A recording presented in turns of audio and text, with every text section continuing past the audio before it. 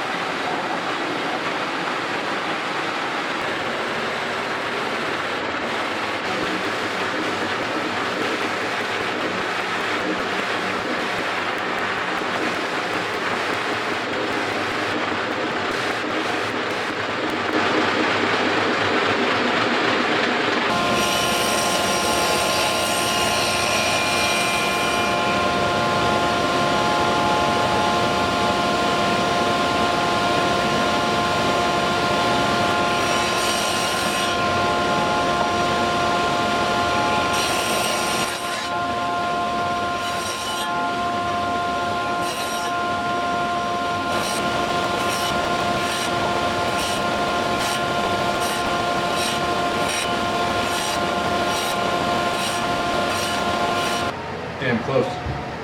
Yeah. There's a couple tiny ridges, but pretty good. Not my preferred method, but in the angular state, that felt better than it jumping up and down on the rollers. Yeah, definitely. All right, true it up and she'll be ready for the mill Sweet. later.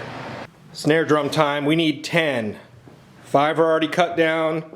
We gotta cut the other 5. While we have the roller jig out, we'll probably cut re-ring stock, and then we'll get on to laminating the veneers. Here's one with the uber important top arrow, because screwing that up would suck. Here's the artwork back from the printers. I always wonder how many different shots I can get of this to make it interesting. I know, right? And the answer is about 7.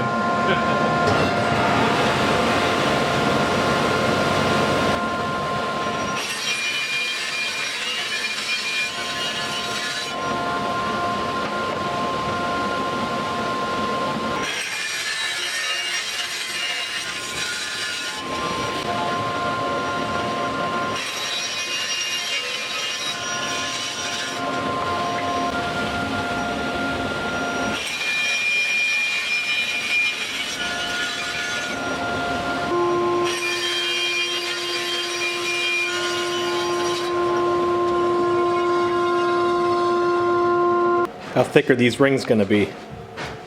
How How wide? I think I'm gonna go with 1 5/8". Yeah. I find it interesting that you like to cut your shells on one side of the fence, but your re-rings on the other.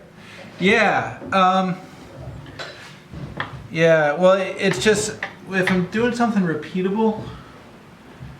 It's because I'm right-handed. Like when I do shells, it's a lot. Or when I do things that are really skinny, it's easier for me to be pushing this way. But then when I'm doing something long, it's easier if I have it over here. So that's why. Yeah,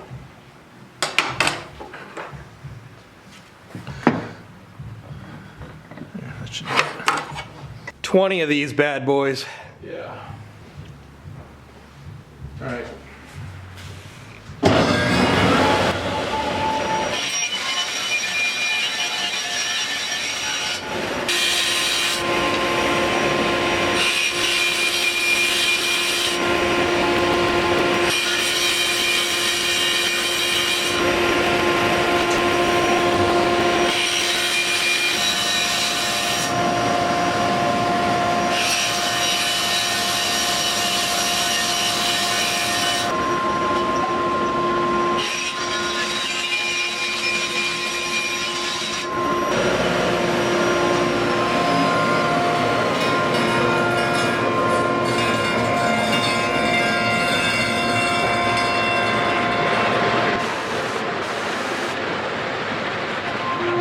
Had to true it up a bit, probably. Yeah.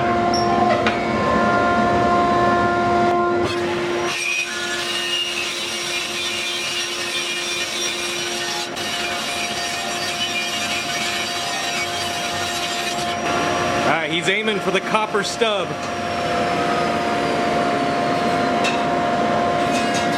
Now,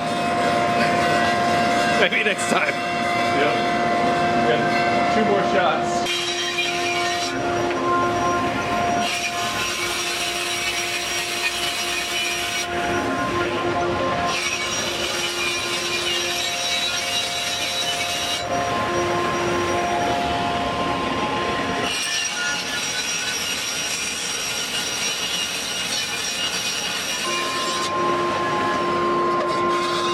This one's for all the marbles. Damn it.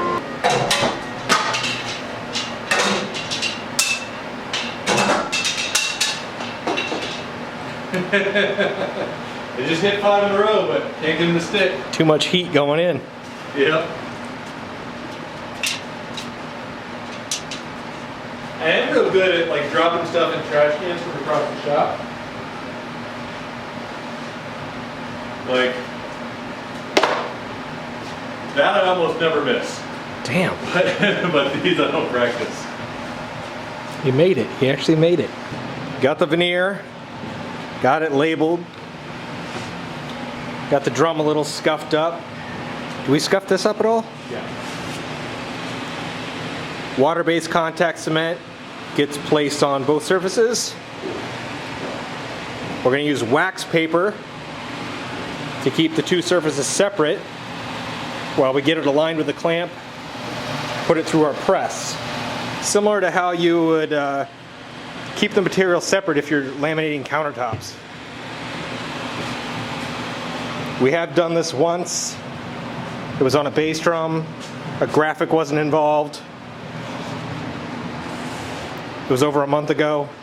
I'm hesitant to say that it went smooth because I don't want to jinx ourselves. Yeah, I mean, I did one bass drum by myself. It went okay. We did one together. It went actually pretty good. Only way to find out. We need 10. We have 10. Yep. Actually, we have 11 veneers. We have 11 veneers. Yeah, we only have 10 shells though, so. It's not looking good. Masking off the graphic so that when we put it through the roller press, we don't damage the ink. We don't want to mar the surface. We don't want any dirt or grease from the rollers getting on there. Yeah, I mean, sanding the back of these and putting the glue on and running through the roller, there's a lot of opportunities to mess up that artwork.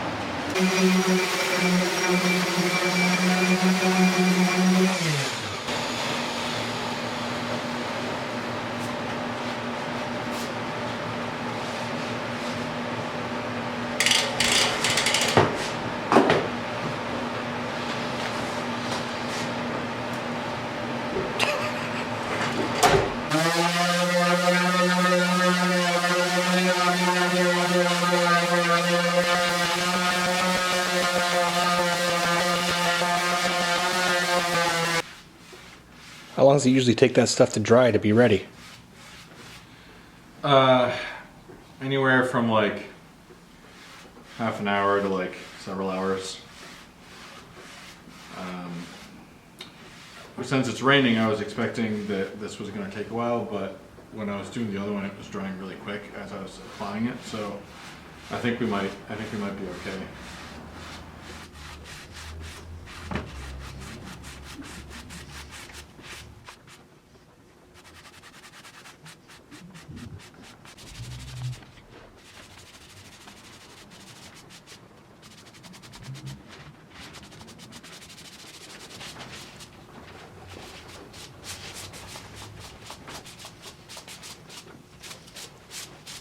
While we wait for the contact cement to dry, Bill's gonna throw some food through his face hole, and I'm gonna sand the inside of these two shells.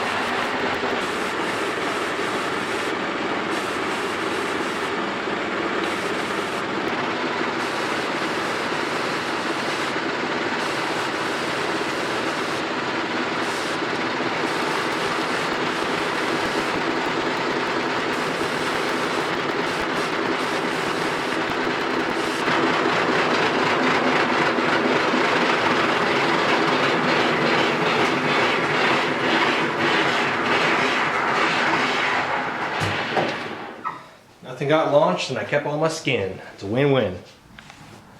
Is that a touch-up or a third? This is a third one.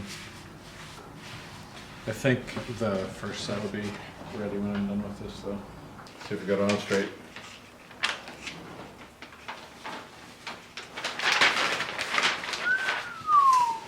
All right, buddy. It's not bad. Wasn't without some butt puckering. Mine remains puckered. This is actually the second attempt, the first success. Yeah. We got it. Well, I'll show you the first one. Numero uno. Got the wax paper. Had it in the roller press. Started rolling. Ran into some issues because we didn't have a total straight edge on the wax paper. It was a little ragged. And it got stuck down in there, so we had to peel back and get down in there with tweezers and a putty knife. We didn't feel good about the adhesion, so that's why this one's flayed open like a blood eagle, and we went in there and smeared some more contact cement so we can take a second run at it. Because of that, we learned straight edges only on the wax paper.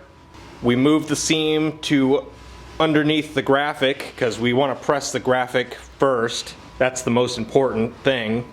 So the second run went a little better. Yeah, it's not bad. We leave the overlap, we bring it over here, we clamp on a straight edge to cut the seam. Because of the overlap, we ended up a little heavy, so we had to come back in, Trim it. and like a surgeon try to trim it. So now we're left with, I don't know. That's it's not perfect, but that's definitely within. Like I've seen plenty of mass manufactured drums with seams way wider than that. so now the question is, But look at this. Look at this. The veneer seam is like within a 64th. That is damn near perfect. so the question is, do we stay with the technique of doing the overlap and running that, or do we just use the factory edge of the veneer and ride against it? Time will tell. Yeah. I think with the next one, we will make sure that the edge is clean before we start, and then use that to ride against. I think that's the move. We purposely left the veneers heavy on one side, so we're aligning to the top and then trimming off excess at the bottom. It'll make more sense once we're brave enough to actually film the process. Yeah. There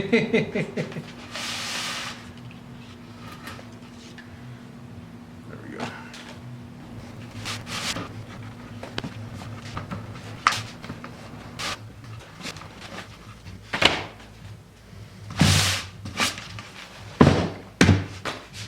Man, that graphic looks good. Yeah. Those guys did a great job. Yeah, they really did. I always forget their name. Woodshed. Woodshed stage art. Filming number 3, and what goes wrong, we'll just edit out so no one knows.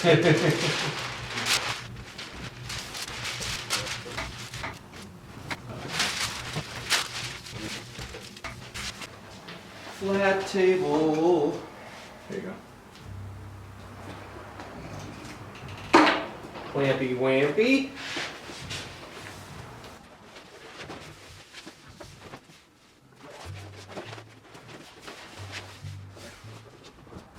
I mean, I think it's good. Flush to the table. Yeah, I mean, it's tight to the table all the way around and the seams line up, so. Alright, slide to me.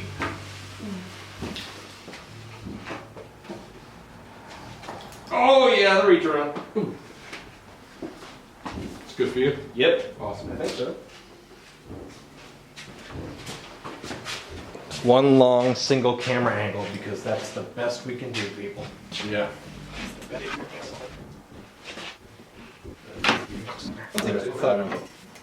I do as well. I wasn't sure.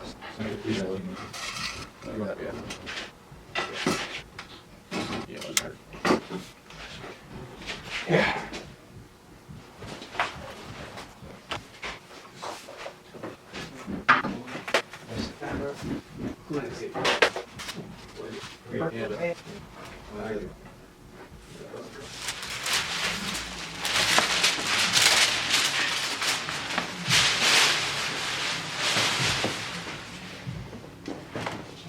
It's definitely a sweet spot for that seam. I just don't know where it is yet.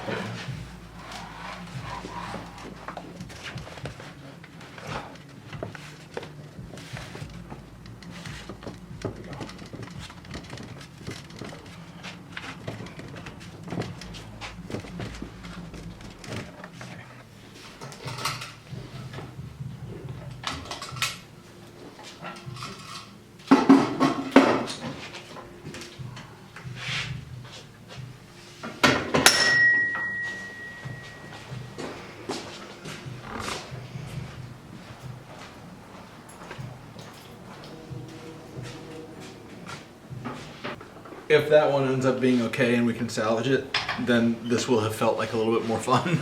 Right.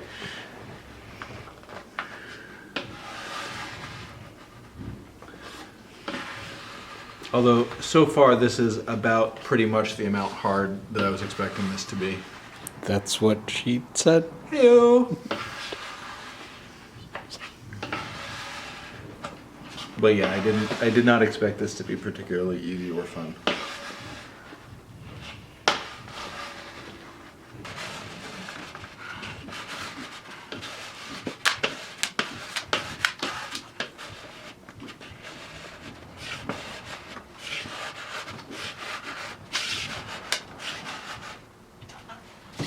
This part, it's like the old Tootsie Pop commercial. You're right. How many cuts?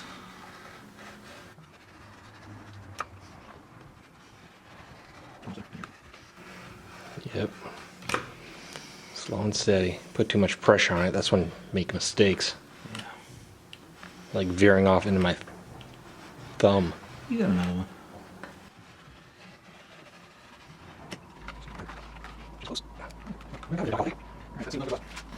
But hopefully we're still within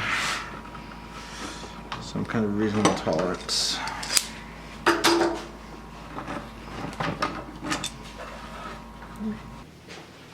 Trying to salvage the ugly kid.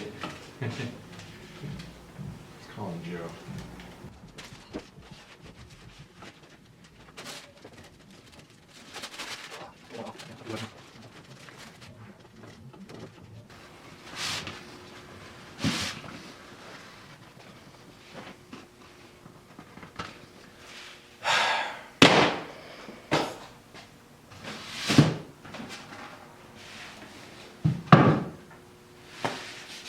Quick pickup of the shop. We're going to leave this fixture in place. Shell, we got through 3 of them. Think we got the process down. The last seam on the 3rd drum turned out pretty well. A little sanding in one area and it'd be bang on. And if we refine the seam of the wax paper, I think rolling it will be a little easier. Leave clamps on during the initial roll area. Hopefully that will fix any tracking issues. So I'm gonna come back on Monday because it's a holiday. I don't have to work and it's raining outside.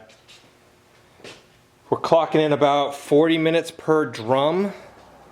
So feasibly, with a little break in there, we could probably get through all 7 in about 5 hours.